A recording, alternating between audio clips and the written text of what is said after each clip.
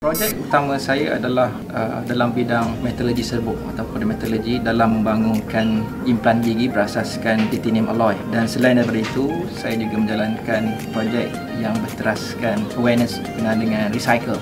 Kebanyakan rakyat Malaysia faham berkenaan awareness of the recycle, tapi pelaksanaannya mengikut kajian negara maju contohnya di Germany menjalankan proses kita semula sebanyak 66% dan jiran kita yang paling dekat sekali iaitu Singapura, proses aktiviti kita semula adalah dalam 57%, sedangkan kita Malaysia hanya 11% sahaja. Kebanyakan bila kami tanya pada peserta-peserta bengkel berkenaan dengan nombor yang terletak dalam botol 1, 2, 3, 4 hingga nombor 7, kebanyakan memberikan jawapan yang salah. 1, 2, 3 tu sebenarnya merujuk pada Resin Identification Code, RIC. Kalau kita lihat pada botol air mineral, nombornya adalah nombor 1 dan material dia adalah PET. Dan botol shampoo yang kita selalu guna setiap hari, cuba tengok botol dia, apa nombor dia? Kebanyakan nombor 2. Jadi nombor 2 ni adalah high density polyethylene. Jadi dan untuk proses kita semula, salah satu ciri penting adalah sifat terma dia. Perubahan apabila kita panaskan pada satu suhu. Yang mana setiap nombor ni merujuk kepada jenis bahan polimer tersebut. Kami melihat Fakulti Kejuruteraan Mekanikal kita mempunyai peralatan untuk bahan-bahan polimer ini. Contohnya di Fakulti Kejuruteraan Mekanikal kita ada 2 mesin, iaitu mesin pengacuan suntikan dan juga mesin mampatan. Jadi inovasi yang terhasil adalah daripada beberapa kumpulan penyelidik di Fakulti Kejuruteraan Mekanikal mencari idea-idea bagaimanakah kita boleh recycle ataupun kita semula plastik-plastik ini dan menjadikan satu bahan atau produk yang bermanfaat.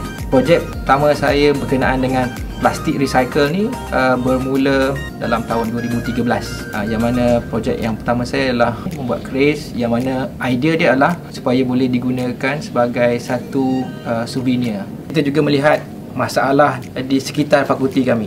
Contohnya adalah kerusi-kerusi plastik yang telah rosak. Kami melihat kerusi-kerusi plastik ni mempunyai nilai, maknanya nilainya dari segi material dia. Dan kita tahu plastik ni adalah material dia, kalau kita kategorikan Resin Identification Code, dia terdiri daripada nombor 4 iaitu polypropylene. Kita telah buat daripada satu kerusi plastik yang rosak yang tunggu dibuang oleh pihak fasiliti, kita boleh hasilkan sebanyak 70 card holder. Alhamdulillah pada tahun lepas untuk projek card holder kami telah berjaya mendapat pingat emas di IIDX iaitu peringkat UiTM, dan dalam masa yang sama kami juga menawarkan awareness campaign sama ada di UiTM maupun juga di sekolah-sekolah. Jadi di sini elemen engineeringnya adalah penghasilan produk disebut, dan dalam masa yang sama kita boleh semaikan pada pelajar-pelajar berkenaan dengan pentingnya penjagaan alam sekitar. Jadi pada tahun 2017 saya telah membawa pada sekolah ini, why not you buat keychain, iaitu contohnya sini adalah logo pada kumpulan, iaitu kumpulan Synchronize, yang mana pelajar-pelajar ini selepas diberikan penerangan, pelajar-pelajar ini sendiri yang membuat kempen di sekolah. Saya amat teruja dengan pelajar-pelajar tersebut. Jadi projek kami adalah hanya melibatkan recycle. At least kita berikan pendedahan kepada pelajar-pelajar dan pentingnya kita menjaga alam sekitar.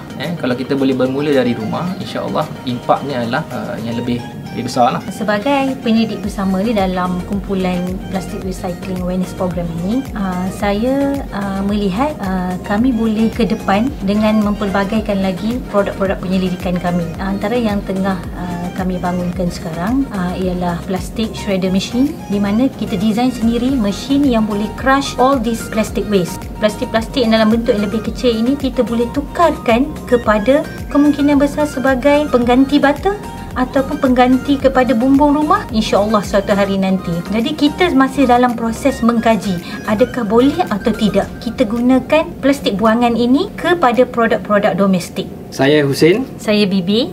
Kami menyeru semua rakyat Malaysia untuk menyokong kempen kita semula bahan plastik terpakai. Let's recycle, save the world. Saya merupakan seorang pembikin filem pendek, filem dokumentari, dan kini sedang mengajar di Fakulti Filem Teater dan Animasi UiTM. So minat kepada bidang filem bermula dari sekolah kerana saya minat bidang sastra dan seni, dan selepas mendapat tawaran program filem di Fakulti Seni Persembahan pada awalnya, saya didedahkan banyak filem-filem dari luar negara. Jadi filem-filem seperti dari filem Jepun, menonton filem-filem dari Indonesia, dari Iran, dari Cambodia, dan ini membuka banyak perspektif tentang apa itu sinema selain daripada sebuah hiburan semata-mata. Ninava merupakan salah satu daripada projek yang mendapat dana grant daripada 7 buah projek yang lain. So saya menghantar idea ini ke Pesta Filem kita dan telah terpilih dan diberikan grant sebanyak RM9,000 untuk menghasilkan filem pendek. Dan Ninava adalah satu cerita yang diangkat dari kisah benar, iaitu rakan baik saya sendiri, dan dia membuka persoalan tentang interfaith ataupun silang agama yang ada di Malaysia. Apabila saya memilih untuk membuat filem ini, saya dapati ia adalah satu yang kurang disentuh kerana persoalan tentang agama dilihat sebagai sensitif, terutamanya majoriti di Malaysia ini beragama Islam. Jadi persoalan tentang conversion, mengubah agama adalah sesuatu yang mungkin dilihat agak tabu ataupun belum terbuka di dalam ruang publik masyarakat. Jadi filem ini adalah sebuah filem yang sangat sederhana, tetapi filem ini banyak mengambil kisah sebenar yang bukan hanya berlaku pada rakan saya, tetapi ramai kawan-kawan lain yang turut terasa dan menganggap ini sebagai satu cerita yang perlu dikongsikan. Ia bukan sahaja membawa isu tentang perbezaan agama, tetapi tentang pilihan sebagai seorang manusia. Kita takut untuk memilih pilihan kita yang mungkin akan menyebabkan orang lain ataupun ahli keluarga kita terasa. Juri untuk festival filem ini saya kira adalah daripada juri-juri yang sangat profesional seperti Bron, Sharifah Mani dan juga Namron. Pada saya, mengapa filem ini dipilih mungkin kerana cerita yang dibawa daripada Borneo ataupun Sabah Sarawak mungkin masih kurang dibawa di dalam sinema Malaysia, kerana filem-filem yang ada sekarang ini di Malaysia mungkin lebih kepada berpusat di KL ataupun KL centric, dan persoalan tentang agama dan silang budaya, keragaman isu dan masalah yang ada di Malaysia mungkin boleh diberikan pandangan lain dari pembikin filem dari negeri Sabah. Baru-baru ini juga telah diterima selection di Salam Mindanao Film Festival di Filipina. Ya, so selain daripada Malaysia, daripada beberapa negara lain seperti Brunei, Thailand, Cambodia juga dipilih dalam festival itu. Ya. Bismillahirrahmanirrahim. Nama saya Dr. Muhammad Rozi bin Ahmad daripada Fakulti Sains Budayaan dan di bawah Textile Research Group. Dan saya ingin menceritakan sedikit tentang beberapa penyelidikan yang kami telah buat selama beberapa tahun ini dalam bidang smart textiles.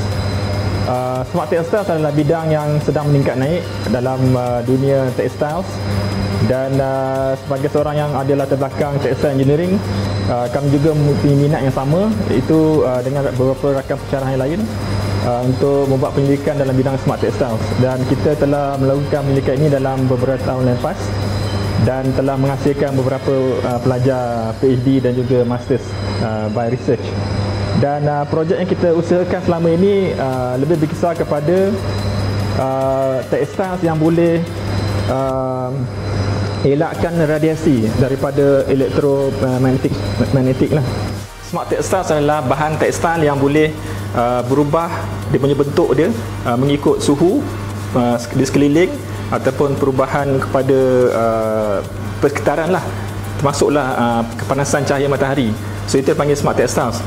Beberapa tahun yang lepas kita menggunakan sejenis alloy yang dinamakan smart memory alloy untuk projek kami, tetapi alat tersebut ataupun alloy tersebut sangat mahal, dan kita telah berubah kepada bahan yang lebih murah yang boleh didapati di pasaran seperti copper wire lah. Okay, copper wire ni sangat murah dan dia juga fleksibel. Bila sebut fleksibel maksudnya dia boleh dijadikan digabungkan dengan benang untuk jadikan bahan tekstil. So daripada copper wire ni kita gabungkan dengan benang polyester contohnya, okay, ataupun nylon ataupun polypropylene, dan kita boleh menghasilkan benang seperti inilah. So dalam ini ada struktur benang adalah yang ada copper dan juga polyester sebagai contoh. Okay, so selepas ini baru kita boleh jadikan fabric dan kita boleh test untuk electromagnetic shielding punya test lah.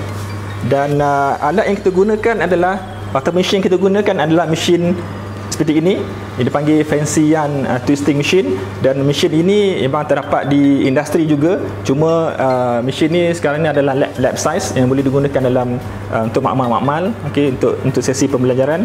Dan saya, Encik Sari dan juga beberapa rakan pensyarahan lain seperti Dr. Mak Faizul yang hire mengusahakan projek ini beberapa tahun lepas menggunakan mesin ni sahaja yang boleh menghasilkan benang seperti ini juga, okay, dipanggil fancy yarn, okay, yang boleh dibuat pelbagai bentuk dan warna, okay. So specialty mesin ini, dan kita menggunakan teknik yang sama untuk menghasilkan benang ini.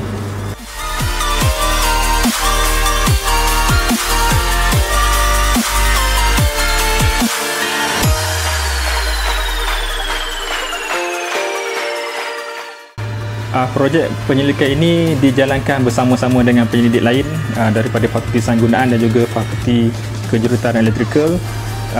Saya ingin ucapkan terima kasih kepada rakan-rakan penyelidik saya seperti Dr.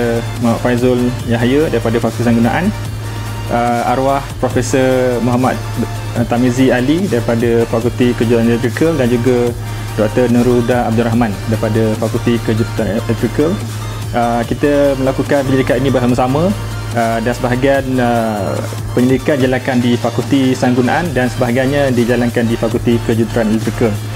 Dan anugerah-anugerah ini yang kita dapat adalah hasil daripada usaha sama tersebut, dan beberapa produk yang kita telah hasilkan seperti ini adalah untuk electromagnetic shielding application. Dan rakan penyelidik daripada Fakulti Kejuruteraan Elektrikal membuat antena menggunakan bahan yang sama dan teknik yang sama. Dan untuk masa hadapan kita sedang berusaha dengan ataupun berkolaborasi dengan Ara Boxtena Sdn Bhd, sebuah industri tekstil yang kita pun pernah ada usaha sama untuk menghasilkan songket yang kita hasilkan beberapa tahun lepas dan telah dikomersialkan. So kita akan menggunakan jalinan kolaborasi tersebut untuk membawa produk ni ke tengah lah, untuk pra komersial dan komersialkan di masa akan datang.